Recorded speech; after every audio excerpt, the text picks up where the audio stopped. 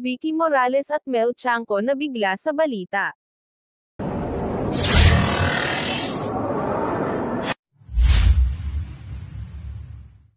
Our chika for today, Vicky Morales at Mel Tiangco hindi makapaniwala sa balitang pumanaw na ang kanilang partner sa pagpapahayag ng balita sa 24 oras na si Mike Enriquez.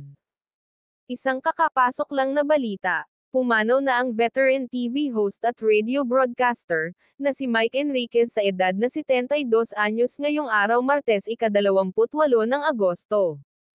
Si Miguel Castro Enriquez, mas kilala bilang Mike Enriquez ay isang mamahayag at tagapaghatid ng balita sa GMA Network.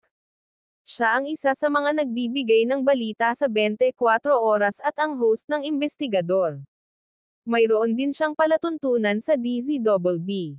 Alam naman natin na matagal na panahon nakasama si Mel Tiangco at Vicky Morales itong si Mike Enriquez, kung kaya't labis ang pagdadalamati nila ngayon ng mabalitaang, pumanaw na ang isa sa mga naging kaibigan at kapamilya sa larangan ng broadcasting, hindi makapaniwala ang mga naging katrabaho nito na ito ay talagang wala na, at talagang nilisan na ang ating mundo. Sa ngayon ay maraming tao ang nakikiramay sa pamilya ni Mike Enriquez, kabilang na din ang mga kilalang personalidad na nakatrabaho niya sa TV at broadcasting.